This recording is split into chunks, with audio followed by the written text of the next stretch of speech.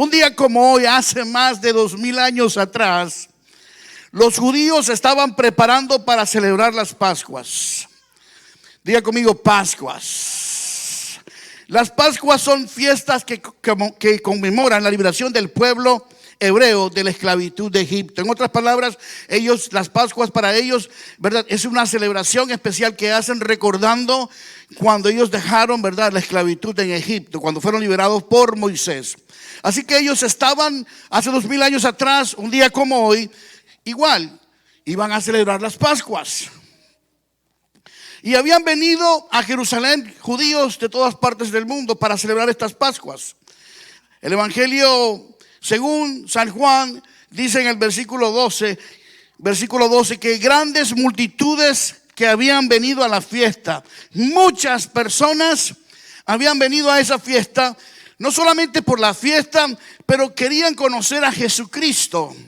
Dice la palabra que 6 días antes de comenzar las Pascuas, dice que Jesucristo estaba en la casa de Lázaro cenando y Marta le estaba sirviendo y vino María y dice que derramó perfume en los pies del maestro, preparándolo para la sepultura. Básicamente lo estaba ungiendo. Y luego dice la Biblia que Jesús, amén, después de este acontecimiento, Jesús, dice la Biblia, que manda a sus discípulos buscar un pollino, un burrito que nadie lo había nunca montado. Amén. En Marcos capítulo 11 dice lo siguiente, dice: cuando se acercaban a Jerusalén junto a Betfagé y a Betania, frente al monte de los olivos, Jesús envió 2 de sus discípulos. ¿A cuántos discípulos envió? 2. Siempre el Señor los mandaba de 2 en 2.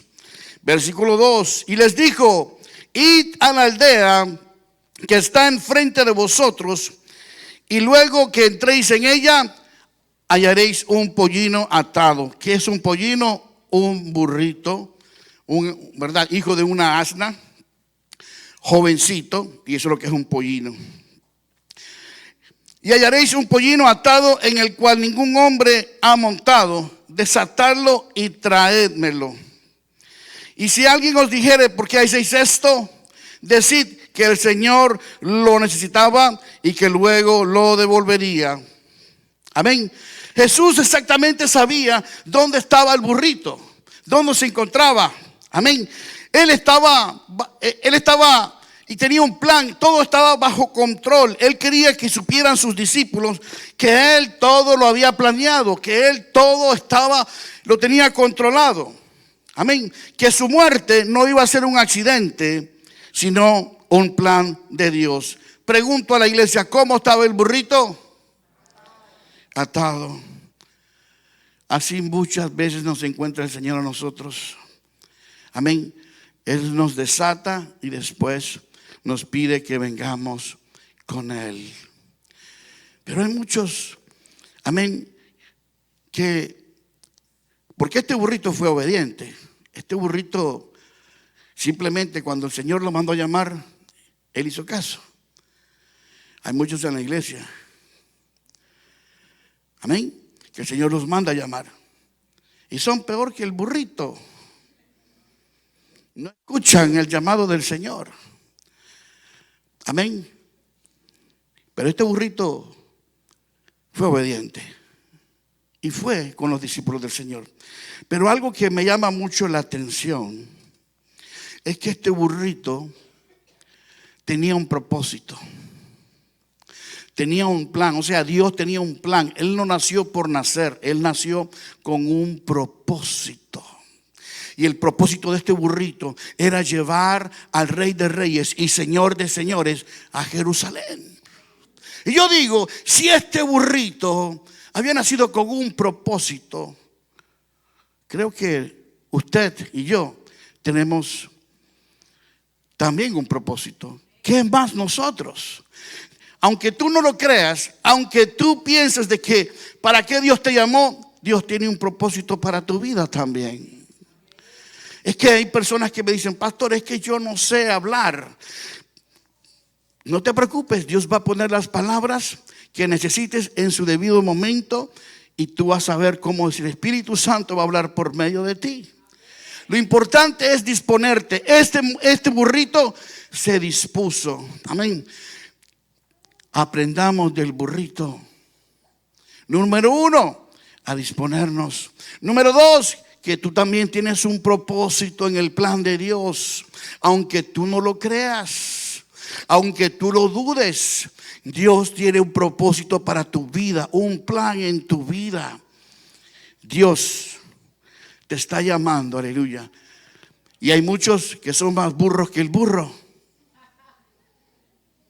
Dile a la persona que está a su lado, Dios tiene un plan para ti. Dios tiene un plan para ti. Vamos, Dios tiene un propósito para ti. Así como lo tuvo con el burrito, dile. Amén. Gloria a Jesús.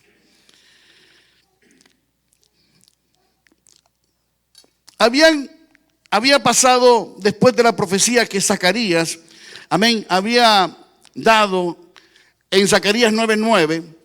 Dice la palabra del Señor que este profeta había profetizado que Jesús iba a llegar a Jerusalén montando un pollino. ¿Qué significaba esto? Amén. Vamos a leerlo. Zacarías capítulo 9, versículo 9. Dice así: alégrate mucho, hija de Sión, da voces de júbilo, hija de Jerusalén. He aquí tu rey, ponga atención, he aquí tu rey vendrá a ti, justo y salvador, humilde y cabalgando sobre un asno, sobre un pollino, hijo de asna. Al Jesucristo entrar a Jerusalén, cabalgando en este pollino, él estaba anunciando públicamente que él era el Mesías. Ponga atención. El rey, el Salvador que el pueblo judío estaba esperando.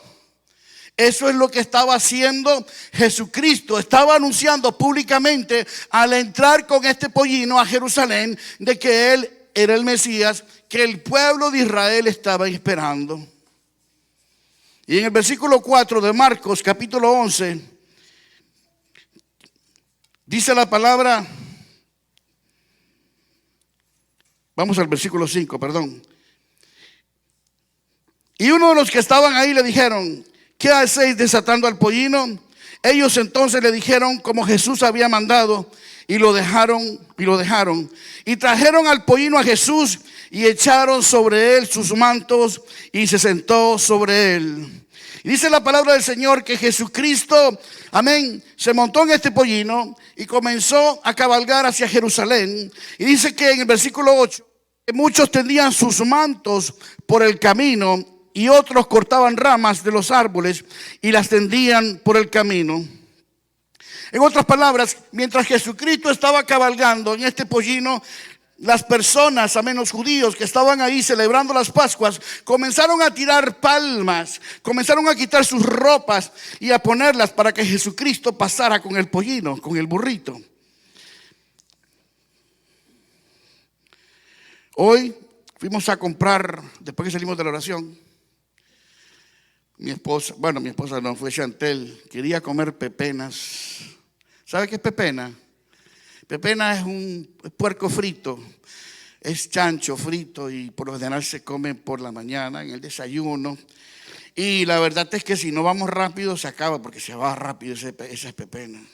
Y cuando estamos cerca de la 13 y la Flagler, miramos un montón de personas con palmas. Amén. Santo Domingo de Ramos, así le dice la Iglesia Católica a este día. Y le dice Domingo de Ramos porque una vez más, porque cuando Jesucristo venía con el pollino, amén, las personas comenzaron a cortar ramos y se los tiraron enfrente del burrito para que él pasara, amén. Y se quitaban sus capas y se las ponían a Jesucristo pasando, amén. Pero estas personas, amén, son muy, como la palabra, estoy buscando la palabra, supersticiosas. Y lo dije bien, ayúdenme por favor. Supersticiosa, lo dije bien. Vamos por ahí, usted me entiende. Ellos llevan la palma, escúcheme bien, llevan la palma a donde el Padre para que el Padre bendiga esa palma y después la llevan a sus casas y las utilizan, ¿verdad? Como amuletos de la muerte, de la suerte o para protección. Amén. Estoy equivocado. Amén. Muchas personas las ponen en sus vehículos y así es como lo usan, como un símbolo de protección. Amén. Y la verdad es que la gente hace estas cosas sin entender. Simplemente las hacen porque otros las hacen y ellos hacen lo que otros hacen. ¿Dónde va Vicente? Y eso es lo que ocurre, amén. La Biblia no te habla de que las palmas fueron utilizadas como un símbolo de protección. Amén. Las palmas no estaban ungidas. Amén. El ungido iba a pasar por ahí. Amén. Por en medio de esas palmas, pero las palmas no estaban ungidas. Entonces, ¿por qué las personas hacen este tipo de cosas? Sin entender. Estuve leyendo que la palma en aquellos tiempos se consideraba un símbolo de inmortalidad y renacimiento. Era un símbolo de inmortalidad y renacimiento. Y la verdad es que ellos estaban esperando un Mesías, un Salvador. Amén. Ellos pensaban de que Jesucristo, el Mesías, venía a librarnos del yugo romano, porque ellos estaban bajo el yugo romano en aquel entonces.